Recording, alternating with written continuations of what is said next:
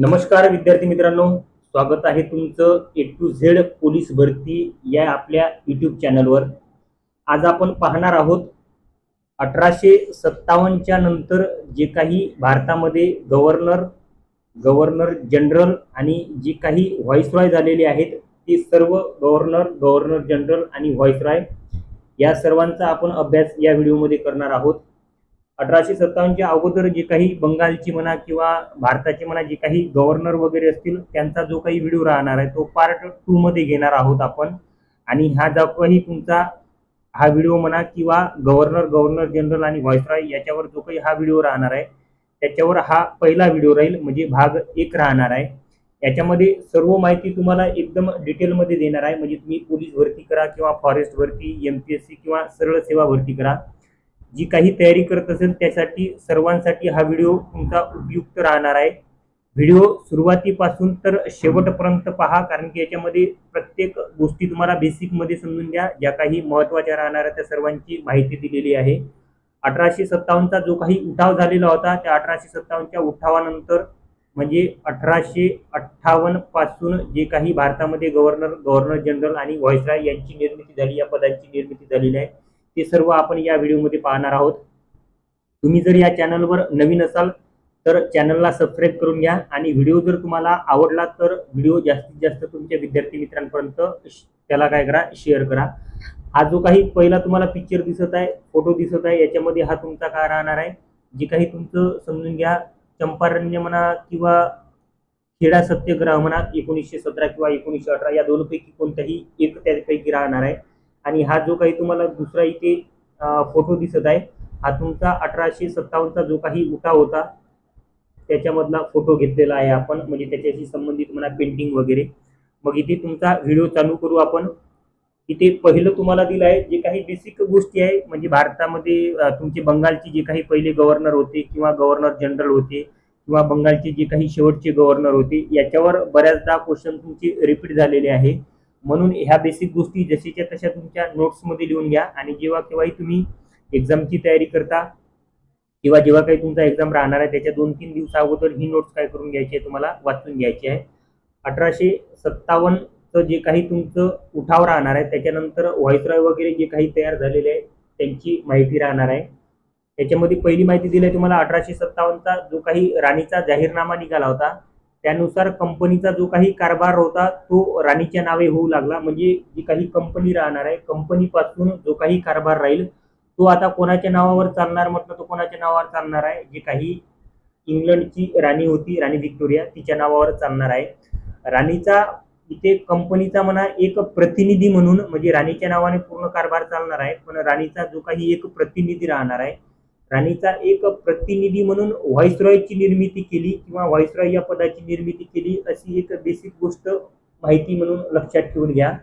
मग राणीचा एक प्रतिनिधी व्हाईसरॉय म्हणून भारताचा जो काही पहिला व्हाईसरॉय राहणार आहे, भारताचा जो काही पहिला व्हाईसरॉय राहणार आहे तो व्हाईसरॉय दिला आहे तुम्हाला लॉर्ड कॅनिंग, जो 1858 मध्ये राहील। जर तुम्हाला समजून घ्या भारताचा पहिला व्हाईसरॉय जर विचारला, भारताचा पहिला व्हाईसरॉय जर विचारलं तर त्याचं उत्तर लक्षात ठेवा लॉर्ड कॅनिंग। वर्ष जर विचारलं तर 1858, म्हणजे 1857चा उठाव झाला त्याच्यानंतर लगेच 1858 मध्ये व्हाईसरॉय हा पद निर्माण झाला आणि भारताचा पहिला व्हाईसरॉय जर विचारलं तर कोण राहणार आहे, लॉर्ड कॅनिंग 1858। ही बेसिक गोष्ट इथे तुम्ही नोट्स मध्ये लिहून घ्या। भारताचा बंगालचा पहिला, इथे बंगाल शब्द लक्षात ठेवा, प्रांत दिला होता तो, बंगालचा पहिला गव्हर्नर रॉबर्ट क्लाइव्ह, बंगालचा शेवटचा गव्हर्नर वॉरन हेस्टिंग, ह्या दोन्ही गोष्टी संबंधित, म्हणजे बंगालशी राहणार आहे म्हणून पहिला जर बंगालचा गव्हर्नर जर तुम्हाला विचारला तर रॉबर्ट क्लाइव्ह लक्षात ठेवा। बंगालचा शेवटचा गव्हर्नर जर विचारला तो राहणार आहे वॉरन हेस्टिंग। आता त्याच्यानंतर गव्हर्नर पद पासून नवीन पद तयार झालेला तो पद राहणार आहे तुमचा गव्हर्नर जनरल। गव्हर्नर नंतर काय राहणार आहे तुमचा गव्हर्नर जनरल। मग बंगालचा पहिला गव्हर्नर जनरल कोण म्हटलं तर वॉरन हेस्टिंग, म्हणजे हा शेवटचा गव्हर्नर होता, पुढे तो काय झाला आहे गव्हर्नर जनरल, म्हणजे त्याला जनरल हे पद लागलेलं आहे। मग वॉरन हेस्टिंग हा काय राहणार आहे बंगालचा पहिला गव्हर्नर जनरल आणि बंगालचा शेवटचा गव्हर्नर, असं लक्षात ठेवा। मग इथे बंगाल पासून पूर्ण भारत तयार झाला, तिथे नंतर समजून घ्या पद मग इथे भारताचा पहिला गव्हर्नर जनरल जर विचारलं तर तो राहणार आहे विल्यम बेंटिंक म्हणा. त्याच्यानंतर भारताचा पहिला व्हाईसरॉय हा झाला तुमचा 1857च्या नंतर. 1857चा जो काही तुमचा उठाव होता, या उठावानंतर हा पद तयार झाला. पण आपल्याला सर्व जे काही व्हाईसरॉय गव्हर्नर जनरल पाहायचे आहे ते सर्व 1857च्या नंतरचे राहणार आहे. मग भारताचा पहिला व्हाईसरॉय जर म्हटलं तर लॉर्ड कॅनिंग राहील. भारताचा शेवटचा व्हाईसरॉय लॉर्ड माउंटबॅटन. आणि भारताचा शेवटचा भारतीय गव्हर्नर जनरल विचारलं, भारतीय म्हणजे जो भारतीय व्यक्ती होता तो, तर त्याचं नाव राहणार आहे सी राजगोपालाचारी. हे जे काही बेसिक गोष्टी राहणार आहे एका खाली एक व्यवस्थित लिहून घ्या. तुम्हाला ज्या पद्धतीने सोपे पडेल त्या पद्धतीने काय करायचं आहे, तुम्हाला पाठांतर करायचं आहे. इथे पहिला तुम्हाला दिला आहे की लॉर्ड कॅनिंग दिलेला आहे. आता लॉर्ड कॅनिंगचा जर कार्यकाळ जर आपण जर पाहतो म्हटलं तर तुम्हाला कार्यकाळ दिलेला आहे 1858 ते 1862. जवळपास 5 वर्षापर्यंत सर्व पदभार सांभाळत होते. 58ला जर काउंट करतो म्हटलं किती राहणार आहे, 5 वर्ष. इथे 5 वर्ष बेसिक मध्ये लक्षात ठेवा. आता इथे त्याच्याबद्दल माहिती दिली आहे लॉर्ड कॅनिंग बद्दल.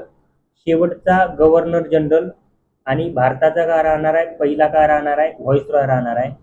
शेवटचा गव्हर्नर जनरल आणि भारताचा पहिला व्हाईसरॉय. व्यवस्थित जे काही पॉईंट मी इथे तुम्हाला सांगत आहे, जे काही पॉईंट तुम्हाला टाईप केलेले दिसत आहे त्यांची व्यवस्थित एक नोट्स बना. आणि हेच क्वेश्चन तुमचे जसेच्या तसे काय राहणार आहे, परीक्षेमध्ये रिपीट होणार आहे. व्हिडिओ सुरुवातीपासून शेवटपर्यंत पहा. वाटल्यास जो काही व्हिडिओ तुमचा मोठा वाटत असेल त्याचे 2 भाग करा. म्हणजे अर्धा व्हिडिओ तुम्ही एका टाइम मध्ये पहा, थोडा ब्रेक घ्या, त्याच्यानंतर अर्धा व्हिडिओ पहा. पण व्हिडिओ काय करायचा आहे तुम्हाला, संपूर्ण म्हणजे पूर्ण पाहायचा आहे. शेवटचा गव्हर्नर जनरल आणि त्याच्यानंतर भारताचा पहिला व्हाईसरॉय कोण म्हटलं तर लॉर्ड कॅनिंग राहणार आहे. यांनी 1857चा जो काही उठाव राहणार आहे तो मोडून काढला. 1857चा उठाव तुमचा कंटिन्यू चालत होता म्हणून 1857चा उठाव काय केला त्यांनी मोडून काढलेला आहे. त्याच्यानंतर 1860 मध्ये भारतीय दंड संहिता हा IMP राहील पॉइंट. भारतीय दंड संहिता म्हणा IPC, इंडियन पिनल कोड. भारतीय दंड संहिता काय केली त्यांनी, लागू केली. त्याच्यानंतर भारताचा जो काही पहिला अर्थसंकल्प होता, अर्थसंकल्प यांच्या काळात मांडण्यात आला. कोणी मांडला म्हटलं तर जॉन विल्सन. आणि कोणाच्या काळामध्ये मांडला म्हटलं तर लॉर्ड कॅनिंगच्या काळामध्ये. आणि कधी मांडला म्हटलं तर वर्ष तेच राहील 1860. म्हणजे भारतीय दंड संहिता 1860 मध्ये आणि 1860 मध्ये भारताचा पहिला अर्थसंकल्प मांडला लॉर्ड कॅनिंग यांच्या काळात. आणि कोणी मांडला म्हटलं तर जॉन विल्सन यांनी मांडलेला आहे.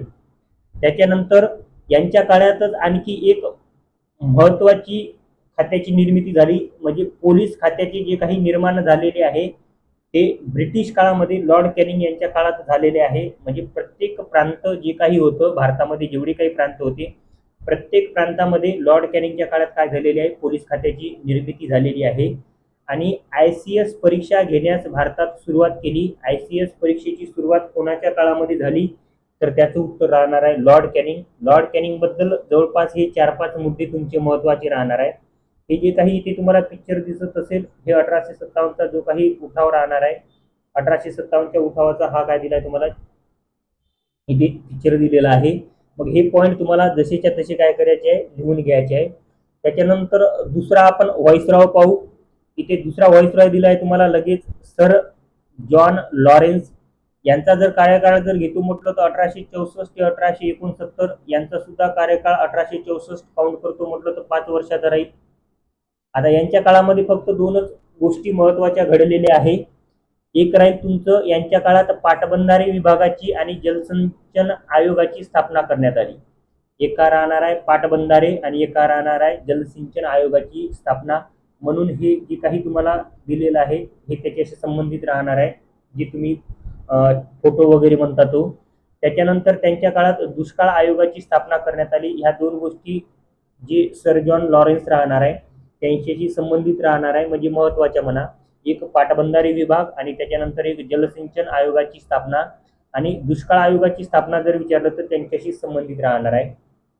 त्याच्यानंतर नेक्स्ट जो काही व्हाईसरॉय राहणार आहे तो राहणार आहे लॉर्ड मेयो. कोण राहणार आहे, लॉर्ड मेयो. लॉर्ड मेयोचा कार्यकाळ जवळपास तुम्हाला इथे 4 वर्षाचा काहीतरी दिलाय. जर 69 काउंट करतो म्हटलं 69, 70, 71, 72 अशी 4 वर्ष, म्हणजे इथे 4 वर्ष त्यांचा कार्यकाळ घेऊन घ्या. आता लॉर्ड मेयो यांच्या काळामध्ये जर घेतो म्हटलं, ज्या काही महत्वाच्या गोष्टी घडलेल्या आहेत, आर्थिक विकेंद्रीकरणाचा जनक म्हणून त्यांना ओळखले जाते. म्हणजे हा पहिलाच पॉईंट तुमचा महत्वाचा राहील. काय राहणार आहे? आर्थिक विकेंद्रीकरणाचा जनक कोण आहे म्हटलं तर त्याचं उत्तर काय राहणार आहे? लॉर्ड मेयो राहणार आहे. सर्वात महत्वाचा म्हणजे आतापर्यंत जर तुम्हाला व्हॉइसरॉयवर जर सर्वात जास्त जर क्वेश्चन विचारला असेल तर तो जनगणनावर विचारलेला आहे. भारतात सर्वात प्रथम जनगणना 1871 ते 1872 या काळात झालेली आहे. 1871 ते 1872 या काळात झालेली आहे.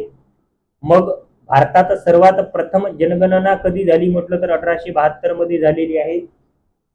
1872 मध्ये भारतात प्रथम जनगणना, याला इथे व्हेरी IMP दिलेला आहे. म्हणजे सर्वात महत्वाचा पॉईंट हा म्हणा, भारतात सर्वात प्रथम जनगणना लॉर्ड मेयो यांच्या काळात 1871 ते 1872 या काळामध्ये झालेली आहे.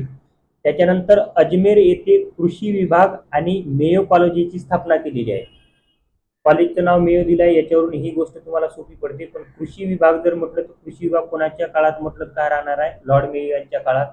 त्याच्यानंतर अंदमान आणि निकोबार हे जे काही बेट होते, भारतीय बेट, या भारतीय बेटावर की नाही अफगाण जो काही एक पठाण व्यक्ती होता, अफगाण पठाण, याने की नाही पोर्ट ब्लेअर या बेटावर लॉर्ड मेयो याची काय केलेली आहे? हत्या केलेली आहे. ही गोष्ट काय करायचं आहे? MPSC मध्ये एक वेळा क्वेश्चन विचारलेला होता की खालीलपैकी कोणत्या व्हाईसरॉयची हत्या अंदमान पोर्ट ब्लेअर या बेटावर केलेली आहे म्हटलं तर त्याचं उत्तर काय द्यायचं आहे तुम्हाला? Lord Mayo. हा लॉर्ड मेयो बद्दल एवढी तुम्हाला पॉईंट लक्षात ठेवायचे आहे. आर्थिक विकेंद्रीकरणाचा जनक, भारताची पहिली जनगणना 1871-72, मेयो कॉलेजची स्थापना, कृषी विभागाची स्थापना आणि पोर्ट ब्लेअर अंदमान या बेटावर काय केलेले आहे? अफगाण पठाणाने काय केलेले आहे? त्याची हत्या केलेली आहे. हे पॉईंट काय करायचे तुम्हाला व्यवस्थित लिहून घ्यायचे आहे. हे जनगणना संबंधित तुम्हाला फोटो दिलेला आहे इथे. जनगणना, पहिली जनगणना 1871 ते 72 मध्ये लक्षात ठेवा. त्याच्यानंतर नेक्स्ट दिलेला आहे तुम्हाला लॉर्ड लिटन दिलेला आहे. यांचा कार्यकाळ 1876 ते 1880 मध्ये जवळपास 5 वर्ष म्हणा तुम्ही. त्यांच्या काळात काय झालं म्हटलं तर मिठाच्या व्यापारावर जाचक कर लावला. म्हणजे यांनी सगळ्या गोष्टी काय केलेल्या होत्या? चुकीच्या असं म्हणा तुम्ही. लॉर्ड लिटन यांनी, यांच्या काळात सर्वात मोठा दुष्काळ पडलेला होता 1878 मध्ये. दुष्काळ लक्षात ठेवा.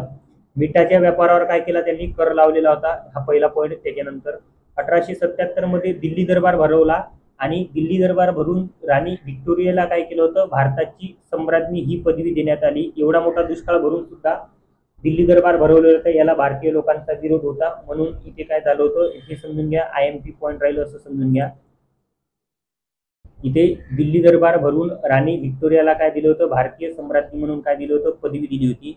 1878 मध्ये शस्त्रबंदी कायदा आणलेला होता. म्हणजे विनापरवाना शस्त्र कोणालाही बाळगता येत नव्हतं, असा शस्त्रबंदी कायदा होता. त्याच्यानंतर दुसरा पॉईंट 1878 मध्ये देशी वृत्तपत्र बंदी कायदा आणला त्यांनी. म्हणजे ह्या दोन गोष्टी त्यांनी चुकीच्या केलेल्या होत्या.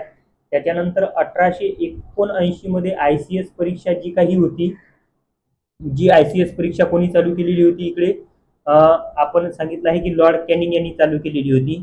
मग ICS परीक्षा जी काही कॅनिंग यांनी चालू केलेली होती, कॅनिंग यांनी चालू केलेली होती. पण यांनी त्याच्यामध्ये काय बदल केलेला होता की परीक्षेसाठी वय जे काही होतं ते 21 वरून 18 करण्यात आलं. म्हणजे ज्यांना कोणालाही समजून घ्या वय समजून घ्या जास्तीवरून, म्हणजे 18 वर्षाच्या नंतर त्यांना परीक्षा देत नव्हती, म्हणून 21 वरून 18 वर्ष ICS परीक्षेसाठी काय केलं होतं त्यांनी? वय कमी केलेलं होतं. त्याच्यानंतर पुन्हा ते 18 वरून 21 लॉर्ड रिपन यांनी केलेलं आहे. ते पुढच्या याच्यामध्ये व्हॉइसरॉयमध्ये दिसेल तुम्हाला. इथे लिटनने ज्या काही दोन गोष्टी केलेल्या होत्या, एक समजून घ्या इथे तुम्हाला दिलेलं आहे की देशी वृत्तपत्र बंदी आणि ICS परीक्षा 21 वरून 18 म्हणा. या दोन गोष्टी इथे तुम्हाला समजेल की लिटनने चालू केलेली देशी वृत्तपत्र बंदी कायदा काय केला होता त्यांनी? रद्द केला. कोणी म्हटलं तर लॉर्ड रिपन राहील. यांचा कार्यकाळ 1880 ते 1884 हे 5 वर्ष राहील. इथे देशी वृत्तपत्र बंदी काय केला त्यांनी? रद्द केला. ICS परीक्षा जी होती ती पुन्हा 18 वरून कुठे करण्यात आली, 21 करण्यात आली. म्हणजे हा पॉईंट काय राहणार आहे महत्वाचा. ICS परीक्षेची सुरुवात जर विचारली, कॅनिंग सुरुवात राहील ICS साठी. ICS परीक्षा त्याच्यानंतर वय जे काही होतं 21 वरून 18 लिटन. त्याच्यानंतर 18 वरून पुन्हा 21 जर म्हटलं तर रिपन काय राहणार आहे, रिपन. हे अशा पद्धतीने तुम्ही लिहितो म्हटलं तरी लक्षात राहील. इथे ICS परीक्षा लक्षात ठेवा. त्याच्यानंतर इथे दिलं आहे 1881 मध्ये पहिला फॅक्टरी ऍक्ट. म्हणजे याच्यानुसार जी काही फॅक्टरीमध्ये काम करणारे मजूर वर्ग राहते त्यांचे कामाचे तास वगैरे ठरवण्यात आले. म्हणजे 1881 मध्ये काय केलं आहे त्यांनी, पहिला फॅक्टरी ऍक्ट चालू केला होता 1881 मध्ये. त्यानुसार कामाचे तास काय केले होते, ठरले होते. 1882 मध्ये की नाही स्थानिक स्वराज्य संस्था कायदा लागू केला, म्हणून त्यांना स्थानिक स्वराज्य संस्थेचे काय म्हणतात, जनक म्हणतात. म्हणजे हा सुद्धा पॉईंट काय राहणार आहे, अति महत्वाचा म्हणा. स्थानिक स्वराज्य संस्थेचे जनक लॉर्ड रिपन म्हणा.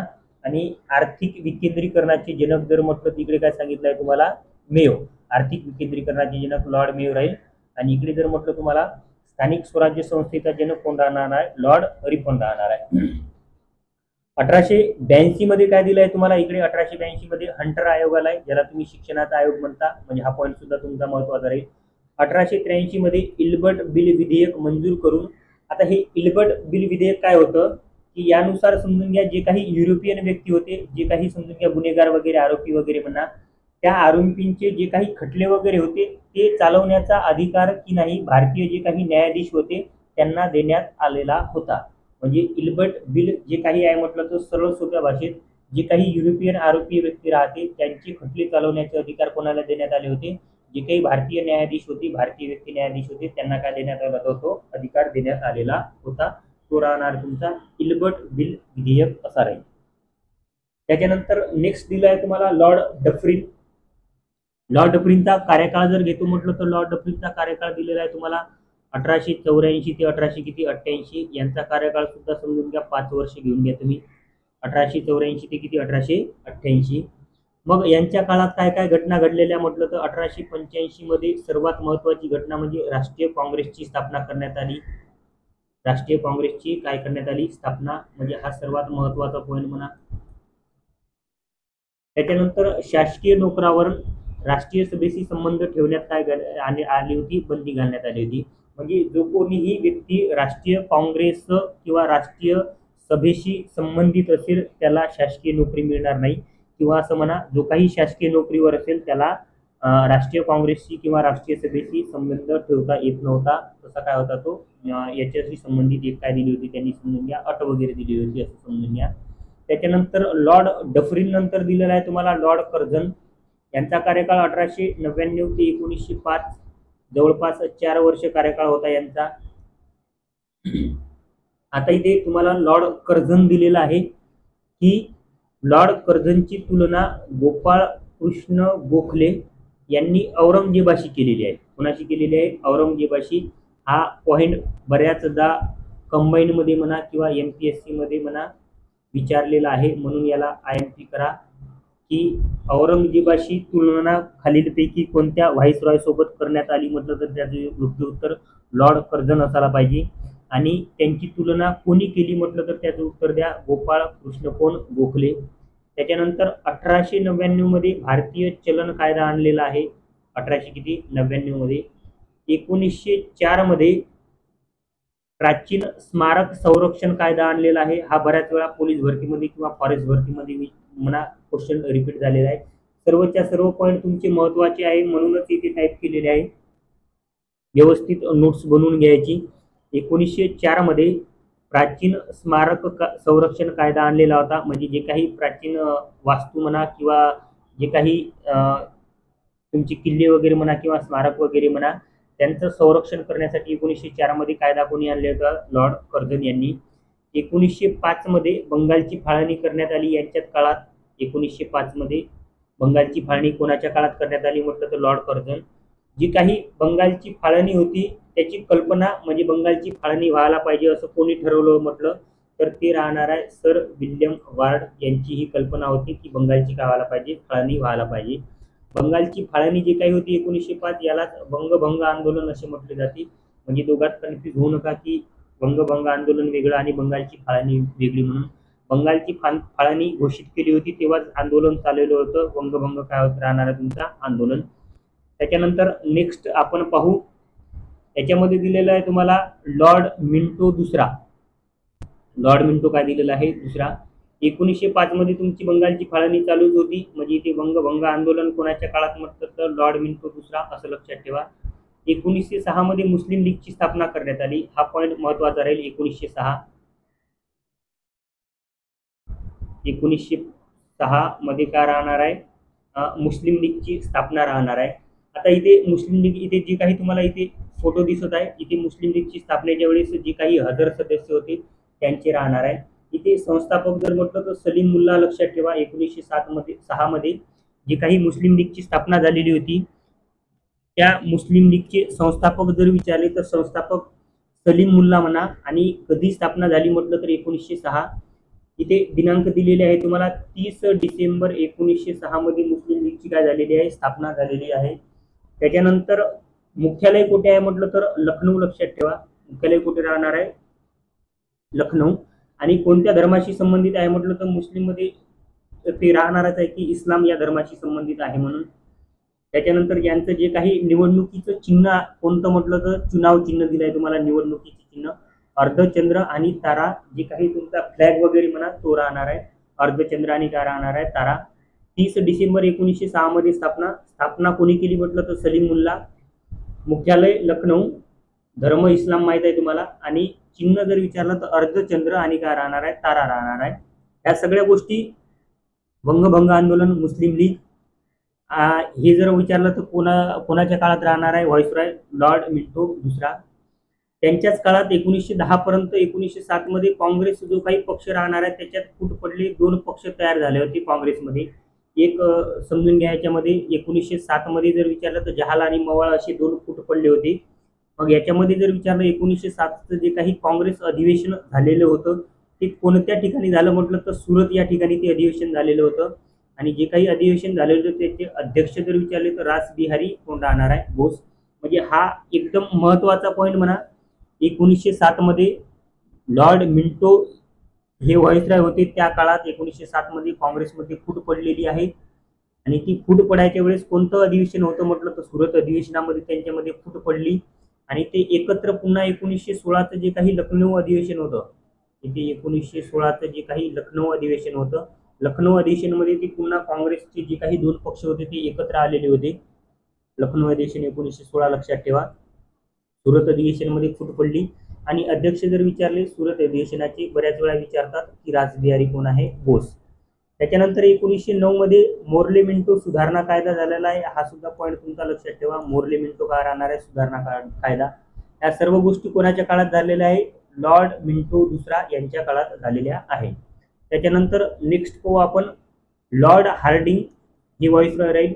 यांचा जर कार्यकाळ घेतो म्हटलं तर 1910 ते 1916 जवळपास 7 वर्षापर्यंत हे पदावर होते, व्हाईसरॉय पदावर. त्याच्यानंतर यांच्या काळात जी काही बंगालची फाळणी झालेली होती 1905 मध्ये, ही बंगालची फाळणी काय केलेली होती, रद्द करण्यात आली. कधी जर म्हटलं तर 1911 मध्ये. त्याच्यानंतर यांच्याच काळात एक महत्वाची घटना 12 डिसेंबर 1911 मध्ये, 12 डिसेंबर 1911 मध्ये जी काही भारताची राजधानी अगोदर कलकत्ता होती ती कलकत्तावरून कुठे नेण्यात आली, दिल्ली. इथे जे काही न्यूजपेपर दिसत आहे ते पहा, कलकत्ता से दिल्ली राजधानी का सफर म्हणते. मग हे जे काही राहणार आहे तुमचं कलकत्तावरून राजधानी कुठे नेण्यात आली म्हटलं तर कुठे, दिल्लीवर. आणि तारीख जर विचारली तर तारीख लक्षात ठेवा 12 डिसेंबर 1900 किती राहणार आहे, 11 मध्ये भारतावरून कलकत्तावरून कुठे राहणार आहे, दिल्लीवर. 1911 मध्ये जो काही राजा पंचम जॉर्ज पाचवा होता, पंचम जॉर्ज पाचवा यांच्यासाठी दिल्ली दरबार भरवलेला होता 1911 मध्ये. आणि त्यांच्या स्वागतासाठी, इथे स्वागतासाठी लक्षात ठेवा, स्वागतासाठी दिल्ली गेट जे काही आहे आता, दिल्ली गेट याची काय करण्यात आली होती, निर्मिती करण्यात आली होती. कोणासाठी, राजा पंचम जॉर्ज जो काही पाचवा होता यांच्यासाठी दिल्ली दरबार भरवलेला होता 1911 मध्ये, आणि त्यांच्या स्वागतासाठीच दिल्ली गेट काय केलेला होता, तयार केलेला होता. जो आता काही दिल्ली गेट आहे तो का राहणार आहे, यांच्या स्वागतासाठी बनवलेला होता लॉर्ड हार्डिंग यांच्या काळात 1911 मध्ये. त्याच्यानंतर लॉर्ड चेम्सफोर्ड जे काही व्हॉइसरॉय दिले आहेत ते पाहू आपण. यांचा कार्यकाळ 1916 पासून तर 1921 पर्यंत, अशी किती वर्ष, 6 वर्ष. जर समजून घ्या 1906 काउंट करतो म्हटलं त्याच्यामध्ये, तर 1916 मध्ये सर्वात महत्वाची घटना होम रूल लीग चळवळ झालेली होती. 1916 मध्ये हा पॉईंट महत्वाचा.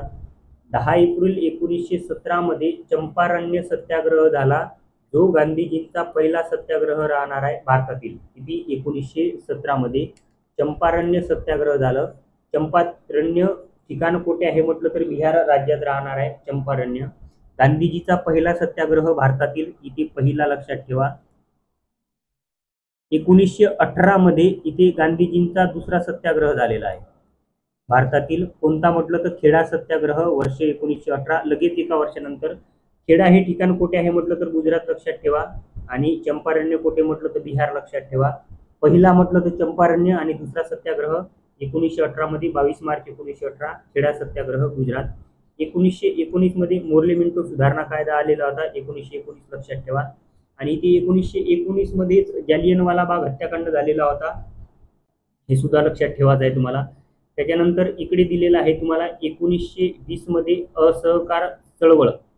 इथे काय दिलेलं आहे, असहकार चळवळ कधी झालेला होता, 1920 मध्ये. आणि 1920 मध्येच एक काँग्रेसचे जे काही नेते होते, जहाल नेते लोकमान्य टिळक यांचा 1 ऑगस्ट 1920 मध्ये काय झालेलं होतं, निधन झालेलं होतं.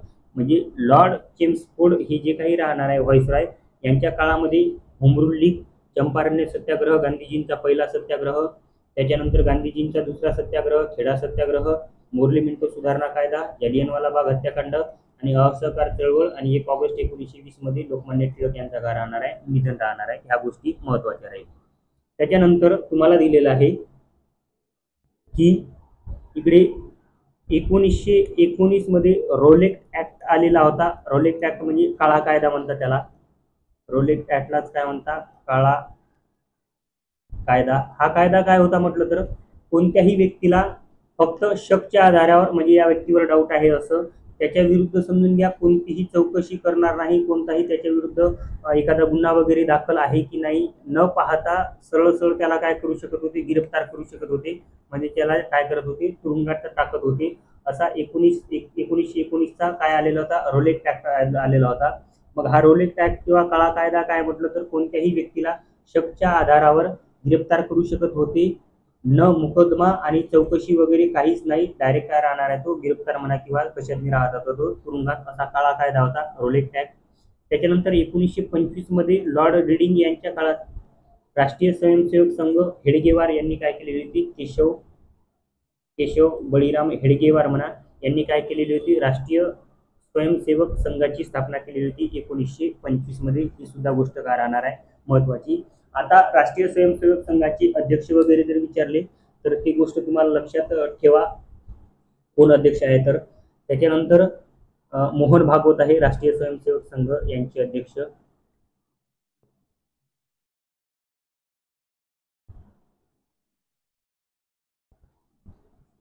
त्याच्यानंतर लॉर्ड आयर्विन दिलेला आहे, यांचा कार्यकाळ जर घेतो म्हटलं तर 1926 ते 19 किती राहणार आहे, 31. आता लॉर्ड आयर्विन यांच्या काळामध्ये 1927 मध्ये सायमन कमिशन बसवण्यात आलं, जे काही 7 सदस्य होते. सायमन कमिशन मध्ये एकूण किती सदस्य आहे असा प्रश्न बऱ्याच वेळा विचारलेला आहे. तर एकूण किती सदस्य होते म्हटलं तर किती राहणार आहे, एकूण 7 सदस्य होते. सायमन गो बॅक असा नारा दिलेला होता, कारण की जे काही 7 सदस्य होते याच्यामध्ये 7 पैकी एकही भारतीय व्यक्ती नव्हता. आणि याच्यामध्येच तुमचे जे काही राहणार आहे लाल बहादूर शास्त्री यांचे निधन झाले होते. सायमन कमिशन विरुद्ध जे काही आंदोलन वगैरे चालवलेलं होतं तेव्हा 1927 मध्ये लाल बहादूर शास्त्री यांचं काय झालं होतं, लाल बहादूर शास्त्री नाही, लाला लजपत राय, इकडे लक्षात ठेवा, लाला लजपत राय यांचं काय झालेलं होतं, निधन. सायमन कमिशन विरुद्ध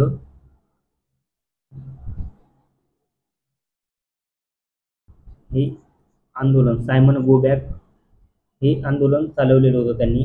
1927 मध्ये सायमन कमिशन, याच्यामध्ये एकही भारतीय नव्हता आणि इकडे सदस्य किती होते? 7, त्याच्यापैकी एकही भारतीय नाही. 1930 मध्ये सविनय कायदेभंग म्हणजे मिठाचा सत्याग्रह जे महात्मा गांधी यांनी केलेला होता. म्हणजे मिठाचा सत्याग्रह जर म्हटलं कोणाच्या काळात म्हटलं तर लॉर्ड आयर्विन. त्याच्यानंतर 1930 मध्येच गोलमेज परिषदांना सुरुवात झालेली होती आणि 1931 मध्ये गांधी आयर्विन यांच्यात करार झालेला होता. तो करार दिल्ली करार म्हणून ओळखला जातो, की ज्या काही गोलमेज परिषदा राहणार आहे या परिषदांना महात्मा गांधी इंग्लंड येथे हजर राहायला पाहिजे, याच्यासाठी गांधी आणि आयर्विन यांच्यामध्ये काय झालेला होता? करार. म्हणजे त्यावेळेस जे काही व्हाईसरॉय होते त्या व्हाईसरॉय म्हणजे आयर्विन, इकडे काँग्रेसचे सर्वात मोठे नेते कोण राहणार आहे? गांधी. या दोघात करार झालेला होता 1931 मध्ये. आणि तो करार कोणत्या नावाने ओळखला जातो म्हटलं तर गांधी आयर्विन करार, किंवा काय म्हणणार आहे तुम्ही? दिल्ली करार. मग या करारानुसार महात्मा गांधी फक्त जी काही दुसरी गोलमेज परिषद होती,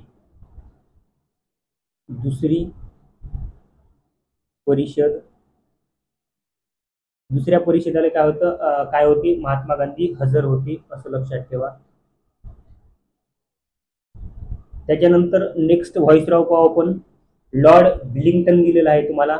मग इथे लॉर्ड विलिंग्टन जर म्हटलं यांचा कार्यकाळ 1931 ते 19 किती दिला आहे तुम्हाला? 36 दिला आहे.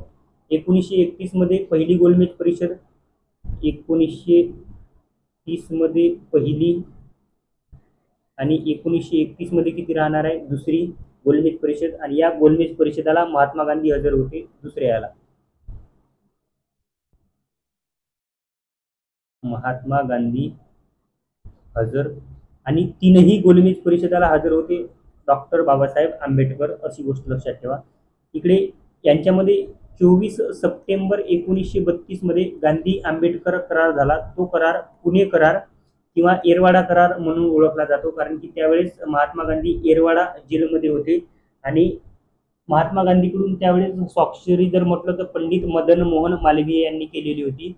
तोच करार 24 सप्टेंबर 1932 मध्ये गांधी आंबेडकर करार म्हणून ओळखला जातो, किंवा त्याला पुणे करार, किंवा पुणे जिल्ह्यातली जे काही कारागृह होतं येरवाडा, त्या येरवाड्यावरून त्याला नाव दिले जाते.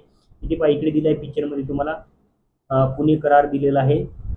महात्मा गांधी जेलमध्ये, इकडे पंडित मदन मोहन मालवीय, आणि इकडे कोण राहणार आहे? डॉक्टर बाबासाहेब आंबेडकर यांनी काय, ही इकडे डॉक्टर बाबासाहेब आंबेडकर यांनी काय केलेला होता? तो करार केला होता 24 सप्टेंबर 1932 मध्ये. 1935चा जो काही भारत सरकारचा कायदा होता, जो आपण भारत सरकारचा कायदा म्हणतो, म्हणजे जो काही राज्यघटना म्हणा त्याच्यापैकी 50-55% भाग म्हणता तुम्ही, भारत सरकारचा जो काही 1935चा कायदा आहे त्याच्यातून आलेला आहे. तर 1935चा कायदा लॉर्ड विलिंग्टन यांच्या काळामध्ये लिहिण्यात आला किंवा तयार करण्यात आला, 1935चा कायदा म्हणा. आणि 1935 1 एप्रिल 1935 मध्ये आरबीआयची काय करण्यात आली? स्थापना करण्यात आली. त्याच्यानंतर नेक्स्ट व्हाईसरॉय दिलेला आहे तुम्हाला लॉर्ड लिनलिथगो. यांचा कार्यकाळ 1936 ते 19 किती दिलेला आहे तुम्हाला? 44 दिलेला आहे. 1935चा जो काही कायदा राहील त्याच्यानुसार 1937 मध्ये पहिल्या निवडणुका घेण्यात आल्या भारतामध्ये. त्याच्यानंतर 1940ची जे काही ऑगस्ट ऑफर राहणार आहे, ऑगस्ट ऑफर लॉर्ड लिनलिथगो यांच्या कार्यकाळातच झालेली आहे. आणि 1942 मध्ये चले जाव चळवळ करण्यात आली महात्मा गांधी यांच्या नेतृत्वाखाली. 1942ची काय चले जाव चळवळ म्हणा किंवा काय म्हणणार आहे? आंदोलन. जर दिनांक जर विचारले, इकडे पहा तुम्हाला 8 ऑगस्ट 1942 दिलेला आहे. 8 ऑगस्ट 1942 ही तारीख घ्या चले जाव चळवळाची. सर्व पॉईंट तुमचे महत्त्वाचे राहील, व्यवस्थित नोट करून घ्या. त्याच्यानंतर लॉर्ड व्हेवेल हे व्हाईसरॉय दिलेला आहे. यांचा कार्यकाळ राहील 1944 ते 1947. यांच्या कार्यकाळात 1946 मध्ये कॅबिनेट मिशन आलेलं होतं, त्याला तुम्ही त्रिमंत्री योजना म्हणता. याच्यामध्ये किती नेते होते बोलतात? किती राहणार आहेत? 3. कॅबिनेट मिशन 1946 किंवा त्रिमंत्री योजना किती म्हणणार आहे तुम्ही? 1946 मध्ये झालेली त्रिमंत्री योजना किंवा कॅबिनेट मिशन हे एकच नाव राहणार आहे. त्याच्यानंतर 1946चं जे काही प्रत्यक्ष कृती दिन होतं ते 16 ऑगस्ट 1946 निवडलेले होतं. त्याच्यानंतर 1946 मध्ये घटना समितीच्या निवडणुका घेण्यात आल्या. म्हणजे घटना आपल्याला काय करायची होती? भारतीय राज्यघटना तयार करायची होती. मग त्याच्यासाठी जे काही सदस्य वगैरे निवडायचे होते त्याच्यासाठी काय घेण्यात आलेल्या होत्या, निवडणुका घेण्यात आलेल्या होत्या 1946 मध्ये. लॉर्ड वेव्हेल संबंधी हे 2-3 महत्वाचे मुद्दे राहील, व्यवस्थित नोट करून घ्या. त्याच्यानंतर शेवटचं व्हॉइसरॉय दिलेलं आहे तुम्हाला 1947 ते 1948 म्हणजे जेव्हा केव्हाही भारत स्वतंत्र झाला 15 ऑगस्ट 1947 मध्ये. 15 ऑगस्ट 1947 मध्ये भारत स्वतंत्र झाला. तेव्हा भारताची व्हॉइसरॉय कोण होते म्हटलं तर त्याचं नाव दिलेलं आहे लॉर्ड माउंटबॅटन. नाव काय राहणार आहे, लॉर्ड माउंटबॅटन. भारताचे पहिले व्हॉइसरॉय म्हणा, जे भारत स्वतंत्र झाल्यानंतर व्हॉइसरॉय आहे ते स्वतंत्र भारताचे म्हणा. इकडे स्वतंत्र भारताचे शेवटचे व्हॉइसरॉय आणि स्वतंत्र भारताचे भारतीय वगैरे जर विचारलं तर ते सी राजगोपालचारी वगैरे राहील. पण भारताचे शेवटचे व्हॉइसरॉय म्हणा लॉर्ड माउंटबॅटन. स्वतंत्र भारताची जर विचारली तर तेच राहणार आहे. भारतीय वगैरे जर विचारलं तर ते कोण राहणार आहे, सी राजगोपालचारी. 3 जून 1947 ला माउंटबॅटन योजना आलेली होती. म्हणजे ह्या 2 गोष्टी व्यवस्थित लक्षात ठेवा. भारताचे शेवटचे व्हॉइसरॉय कोण म्हटलं कोण राहणार आहे, लॉर्ड माउंटबॅटन. त्याच्यानंतर 3 जून 1947 मध्ये माउंटबॅटन योजना आलेली आहे. की दुसरा काय राहणार आहे, त्या संबंधित काय राहणार आहे, पॉईंट राहणार आहे. हे जे काही समजून घ्या तुम्हाला आतापर्यंत या व्हिडिओमध्ये 10-12 व्हॉइसरॉय आपण जे घेतलेले आहे त्याच्यामध्ये जे काही गव्हर्नर होते, गव्हर्नर जनरल होते किंवा 1857च्या नंतरचे जे काही व्हॉइसरॉय वगैरे होते, सर्व पॉईंट तुमचे महत्त्वाचे राहणार आहे. व्हिडिओ सुरुवातीपासून तर शेवटपर्यंत तुम्हाला पाहता आहे, त्याचे वाटल्यास 2 वगैरे भाग करून घ्या तुम्ही. अर्धा व्हिडिओ तुम्हाला एक टाईममध्ये, त्याच्यानंतर ब्रेक घेऊन दुसरा व्हिडिओ वगैरे पहा तुम्ही. आणि व्यवस्थित जे काही तुम्ही नोट्स बनवत असेल जसेच्या तसे पॉईंट लिहून घ्या एकाखाली एक. आणि व्हिडिओ वगैरे जर तुम्हाला आवडला असेल तर चॅनलला सबस्क्राईब करून घ्या आणि जास्तीत जास्त तुमच्या विद्यार्थी मित्रांपर्यंत काय करा, त्याला शेअर करा. जय हिंद.